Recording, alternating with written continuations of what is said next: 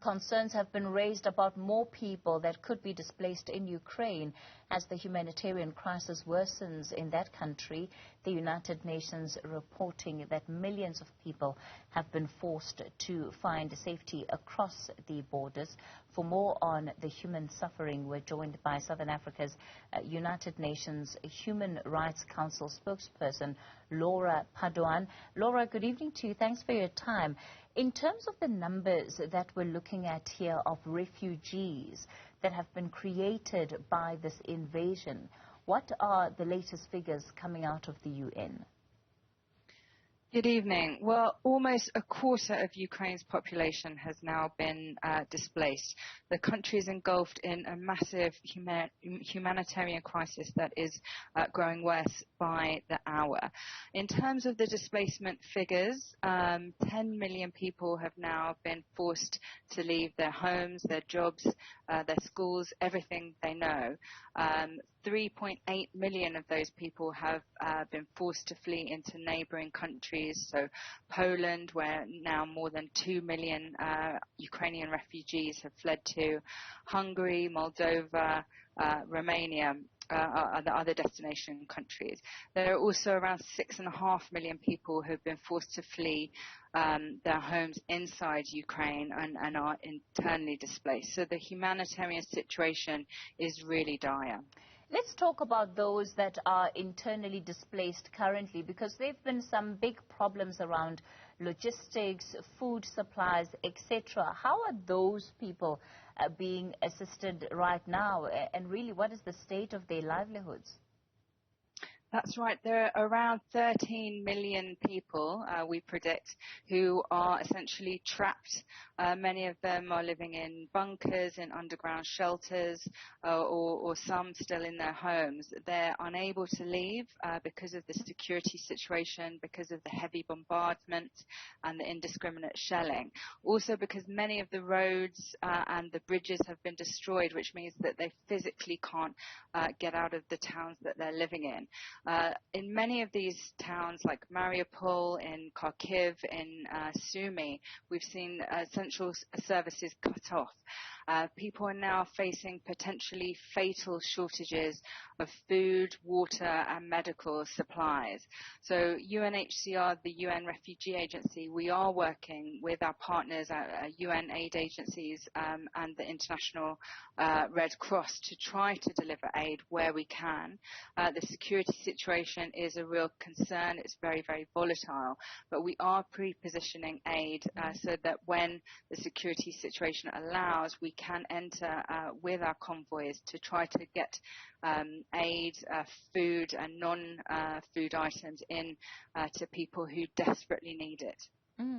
When we look again at part of how this conflict has been taking place, there's been a push to develop these humanitarian corridors that allow for safe passage for those who want to flee. Now, how successful would you say that those that have been opened up so far, because we know that it's not all that the Ukrainian government wanted that have been approved or that are functioning as we speak, but how successful would you say those have been? Sadly, not very successful.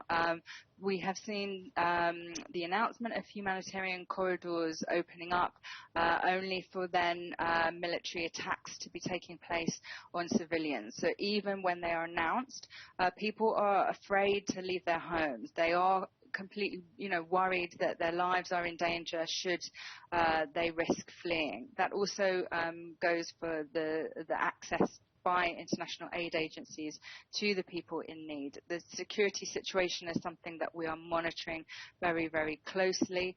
We have been able to get convoys into some restricted areas, such as Sumy last week, but it's a real concern.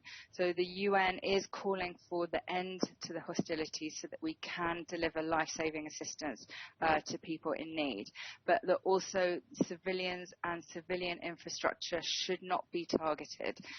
We need all sides of the conflict to respect international humanitarian law so that people aren't at risk. When we talk about infrastructure where civilians are being housed, we've seen the reporting on hospitals that have come under attack and other residential areas. What is happening to those people who are caught up and injured as a result of this conflict? I mean, do we even have a situation where we can say that they are able to access some kind of medical care on the ground? Well, it's deeply worrying. There are areas where our teams who are staying and delivering inside Ukraine have been able to set up accommodation and reception centres and deliver aid to people in need. Sadly, in other places where maternity hospitals, accommodation blocks, schools, theatres have been the targets of bombing, deliberate, indiscriminate bombing. And we are incredibly concerned, especially for the vulnerable people, so the elderly who can't get out, people with medical conditions and disabilities, and very young children who might be trapped within those buildings. So it's incredibly concerning. We don't know the extent of the numbers of people who are trapped in those situations, but certainly the mayors of towns who are still in Ukraine, and also those who have left, have told of horrifying, tragic stories of people who have lost their lives because they've been caught up in this senseless conflict. Let's talk about the resolution that was passed in the UN General Assembly last week, and it really emphasizes the need for aid to be, allowed to be transported to Ukraine. Have you found that has been of any benefit as yet? So are you, as an agency of the United Nations, seeing the benefit of the passing of that resolution? Well, the passing of the resolution sends a very, very important message by the international community that there needs to be humanitarian access to civilians in order to deliver life-saving assistance. So that is very welcome. Supply chains have been severely affected, and many places are blocked because the critical infrastructure has been destroyed. So we've seen power cuts, supply water shortages throughout the country, which is very, very alarming. We have been able to deliver aid to many families. We're supporting around 120,000 families with cash assistance so that they can, where possible, they do have the means to support themselves and buy basic goods. And last week we delivered 20,000 core relief items to families in need. But of course the needs are immense. This is short-term solutions, and it's clear that many hundreds of thousands, if not millions of people will be in need of shelter, not just in the short term, but also for many years to come. Let's talk about the humanitarian efforts in the neighboring countries where over 3 million of these refugees have fled to.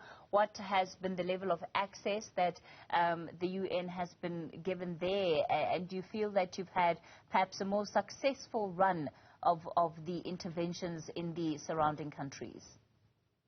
Well, absolutely. Once people have crossed that international border, then they are in a safe place. And the local authorities and the governments in neighbouring Poland, Hungary, Moldova, Romania have been incredibly generous. We've also seen individuals from across Europe donating items, food, spare rooms to help people, the Ukrainian families who are in need. So, there's been a huge influx into neighbouring European countries, but and until now, the response has been very, very well managed by governments. People have been put up in temporary reception centres. There have been, huge donations of aid, clothes, food, and a great welcoming and generous response from those countries. We really urge neighbouring countries to keep their borders open so that people who are fleeing from great danger in Ukraine can access the safety that those countries are offering.